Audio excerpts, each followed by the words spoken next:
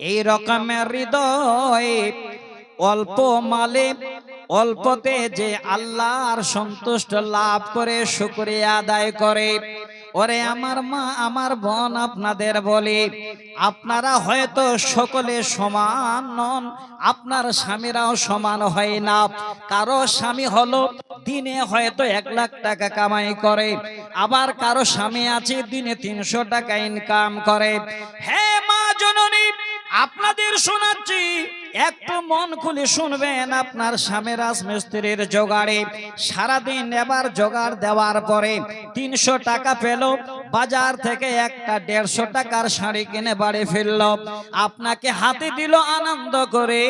মারে আমার নিয়ে যদি বলতে পারেন, স্বামী ধন আলহামদুলিল্লাহ, আজকে আমি যেন খুশি হলাম, আমার জন্য একটা 150 টাকার শাড়ি এনেছেন, এতে আমার কোনো আপত্তি নাই, আমি সদরে গ্রহণ করে নিলাম। নবীজি বলেন ওয়া কালবুন শাকিরুন, সেই হৃদয় সব থেকে বড় দামি, যে হৃদয় অল্পতে সন্তুষ্ট হয়, আল্লাহর শুকরিয়া আদায় করে। মা তারাকতু বাদি ফিতনাতান আজাররা আলার রিজাল বিন নিসা। নবী বলেন, আমি চলে যাবার পরে পুরুষের জন্য সব থেকে ফিতনার বস্তু ছেড়ে গেলাম, তারা হলো নারী। এবার কথাটা কত দামি আল্লাহ রাসূল আজ থেকে প্রায় 1450-1500 বছর আগে বলে গেছেন। নবী বলেন, মা তারাকতু বাদি ফিতনাতান আজাররা আলার রিজালি মিন নিসা। আমি যাবার পরে পুরুষদের জন্য সব থেকে বড় ফিতনার বস্তু ছেড়ে গেলাম, সেটা হলো পৃথিবীর নারীরা। আমার মা, এবার এই জায়গায় আপনারা কারা আছেন আর এই জায়গায় আপনারা কারা বাদ পড়েছেন, আমি দুটো আপনাদের ভাগ করেছি, একটু দয়া করে শুনবেন।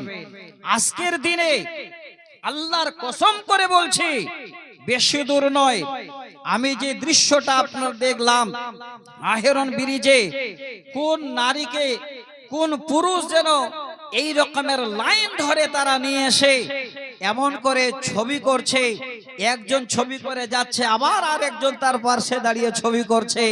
এটা নাকি আমাদের মুসলিমদের ঈদের আনন্দ। আমি নিজেই শোনাচ্ছি আপনাদের, আল্লাহর কসম বলছি, আজকে এই জায়গাগুলো যদি আমরা ত্যাগ না করতে পারি, তাহলে সেই ফিতনা আছে, থাকবে, কিয়ামত পর্যন্ত এই ফিতনা সরবে না। যদি আমরা মূল্যায়ন করি তাহলে সরবে, নচেত নয়। এবার দ্বিতীয় নম্বর হাদিস, নবীজি বলেন, ইন্নাদ দুনিয়া হুলওয়াতুন খাজিরাতুন ওয়া ইন্নাল্লাহা মুস্তাগলিফাকুম ফিহা ফায়ানজুরু কাইফা তা'মালুন। আল্লাহর নবী বলেন, ওরে পৃথিবীর উম্মত, এই দুনিয়াটা হলো তোমাদের জন্য একটা সবুজ মনোরম আনন্দের দুনিয়া। এই দুনিয়াতে আল্লাহ পাক তোমাদের প্রতিনিধি করে পাঠিয়েছেন, ফায়ানজুরু কাইফা তা'মালুন, এবং কি কি তোমরা আমল করো, দুনিয়াতে এসে তোমরা কি কর্ম করো, আমি আল্লাহ সব কিছু যেন অবগত আছে, আমি আল্লাহ সব কিছু তোমাদের নজরে রাখে। আল্লাহ রাসূল বলছেন, হে দুনিয়ার মানুষেরা শোনো, ফাত্তাকুদ দুনিয়া ওয়াত্তাকুন নিসা ফা ইন্না আউওয়ালা ফিতনাতে বানি ইসরাঈলা কানাত ফিন নিসা। আল্লাহর নবী বলেন, হে পৃথিবীর উম্মত, এই দুনিয়া থেকে তোমরা বাঁচো, আর ওই সমস্ত নারীদের কাছ থেকে তোমরা বাঁচো। কারণটা হলো, এই নারীদের দ্বারাই পৃথিবীর যেন সর্বপ্রথমে ফিতনা ছড়িয়েছে, আর সেই ফিতনা ছড়িয়েছিল বানি ইসরাইলের মধ্যে, এই নারী জাতের মধ্য থেকে। প্রথম ফিতনা এই দুনিয়ায় বানি ইসরাইল গোত্রের মহিলার কাছ থেকে এই ফিতনা যেন সৃষ্টি হয়েছে, আর সেই ফিতনা বর্তমানে আমাদের দেশে চোখের সামনে এখনো ভেসে উঠছে। আজকে আমি আমার মায়েদের বলবো, মা বোন আমাকে ইঙ্গিত করেছিলেন মাদানী ভাই যে আপনার বক্তব্য মায়েরা শোনার জন্য আপনার আগ্রহ, তাই আপনি এই আলোচনাটা একটু ভালো করে আমার মায়েদের কানে তুলে দেবেন। তো মা বোন এবার আসেন, আমি আপনাদের দুটো হাদিস শোনালাম, এবার 3 নম্বর হাদিস। আল্লাহ রাসূল বলছে আসসামু ফিল মারাআতি ওয়াদ-দারি ওয়াল ফারাস, ও কল্যাণ রয়েছে তিনটি জায়গায়। 1 নাম্বার হলো নারীতে, 2য় নাম্বার হলো গাড়িতে, 3য় নাম্বার হলো বাড়িতে। এবার দেখেন এই হাদিসটার কত মূল্য। নবী বলেন, নবীজি বলেন, হ্যাঁ পৃথিবীর উম্মত, ও কল্যাণ রয়েছে সেখানে, কল্যাণ হবে না তিনটি জায়গায়। 1 নাম্বার হলো নারীতে, যেই ফিতনার কথা আজকে আমরা শুনতে পেলাম। 2য় নাম্বার হলো গাড়িতে, 4র্থ নাম্বার হলো বাড়িতে। এবার আপনারা বলবেন, মাওলানা নারী, গাড়ি, বাড়ি, এই 3টি কথা আমরা বুঝতে পারলাম না।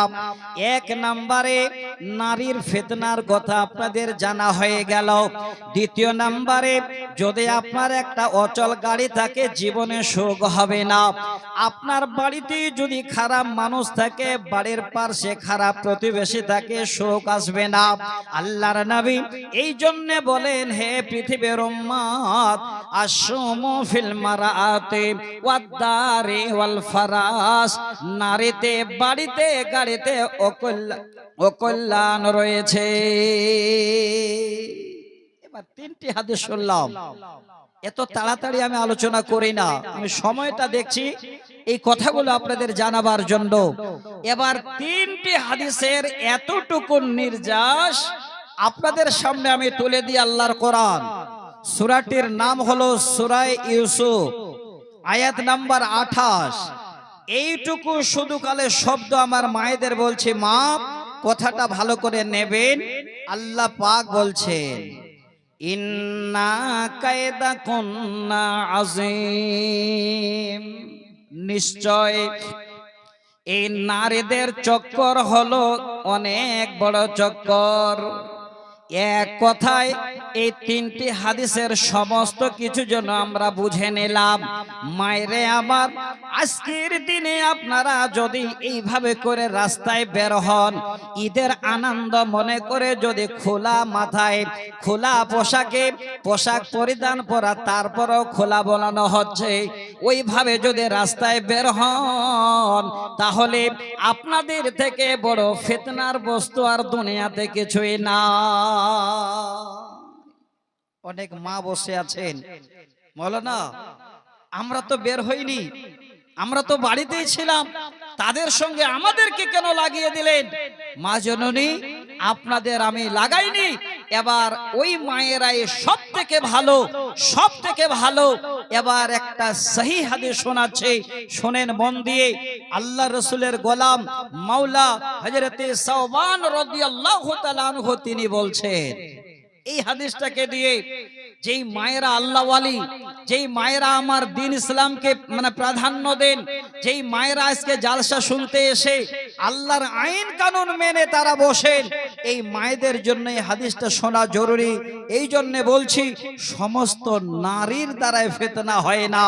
কিছু কিছু নারী আছে যাদের মাধ্যমে ফিতনা ছড়ায়, আর এমন কিছু কিছু নারী আছে তাদের তুলনা পৃথিবীর কোনো সম্পদ হয় না।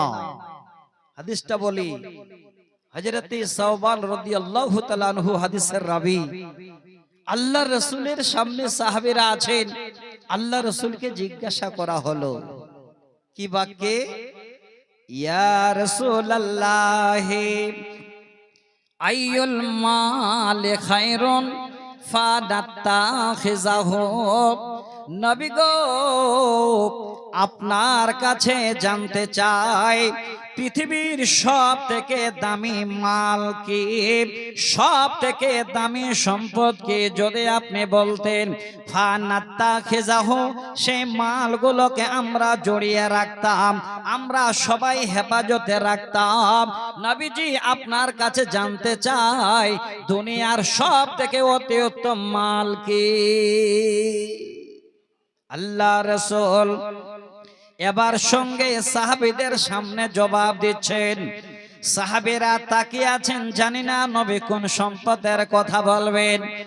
সঙ্গে সঙ্গে নবীর মুখে যেন কথা বেরিয়ে গেল। নবীজি এবার বলতে শুরু করলেন, ফাকালা আফজালুহু লিসানুন যাকিরুন। ওরে আমার সাহাবীরা, দুনিয়ার সব থেকে দামি মাল হলো, দুনিয়ার সব থেকে দামি সম্পদ হলো এই আল্লাহ যে আমাদের একটা জবান দিয়েছেন, জিহ্বা দিয়েছেন, যে জিহ্বার দ্বারাই আল্লাহর বেশি বেশি করে জিকির আজগার করা হয়। দেখেন, টাকা পয়সা বললেন না, সোনা দানা বললেন না, কি বললেন? যে জিহ্বার দ্বারা বেশি বেশি জিকির আজগার করা হয়, আল্লাহকে ডাকা হয়, সেই জিহ্বাটাই হলো দুনিয়ার সব থেকে দামি সম্পদ। আজকে রোজা চলে গেছে, মসজিদ ফাঁকা। এতদিনে আমরা কাঁদছিলাম ডুকরে ডুকরে, এতদিনে আমরা আল্লাহকে যেন এত ভালোবেসে ফেলেছিলাম, বর্তমানে মসজিদ খালি। আমি বলবো বন্ধু, আপনার টাকা পয়সা ধন সম্পদ আপনার সব থেকে দামি মাল নয়, সব থেকে দামি মাল হলো যেই জবান দ্বারায় আল্লাহর জিকির আজগার করা হয়, সেই জবান হলো সব থেকে দামি। দ্বিতীয় নম্বরে বলেন, ওয়া কালবুন শাকিরুন, রকমের হৃদয় অল্প মালে অল্পতে যে আল্লাহর সন্তুষ্ট লাভ করে শুকরিয়া আদায় করে। ওরে আমার মা, আমার বোন, আপনাদের বলি, আপনারা হয়তো সকলে সমান নন, আপনার স্বামীরাও সমান হয় না। কারো স্বামী হলো দিনে হয়তো 1 লাখ টাকা কামাই করে, আবার কারো স্বামী আছে দিনে 300 টাকা ইনকাম করে। হে মা জননী, আপনাদের শোনাচ্ছি, একটু মন খুলে শুনবেন। আপনার স্বামী রাজমিস্ত্রির জোগাড়ে সারাদিন এবার জোগাড় দেওয়ার পরে 300 টাকা পেল, বাজার থেকে একটা 150 টাকার শাড়ি কিনে বাড়ি ফিরল, আপনাকে হাতে দিল আনন্দ করে। মারে আমার নিয়ে যদি বলতে পারেন, স্বামী ধন আলহামদুলিল্লাহ, আজকে আমি যেন খুশি হলাম, আমার জন্য একটা 150 টাকার শাড়ি এনেছেন, এতে আমার কোনো আপত্তি নাই, আমি সদরে গ্রহণ করে নিলাম। নবীজি বলেন, ওয়া কালবুন শাকিরুন, সেই হৃদয় সব থেকে বড় দামি, যে হৃদয় অল্পতে সন্তুষ্ট হয়, আল্লাহর শুকরিয়া আদায় করে। 2 নাম্বার 3, সব থেকে দামি সম্পদ আমি আজকে আমার মায়েদের শোনাচ্ছি। মা, 3 নম্বরে নবী বলছেন, ওয়া যাওজাতুম মুমিনাতুন তুইনু আলা ঈমানিহি।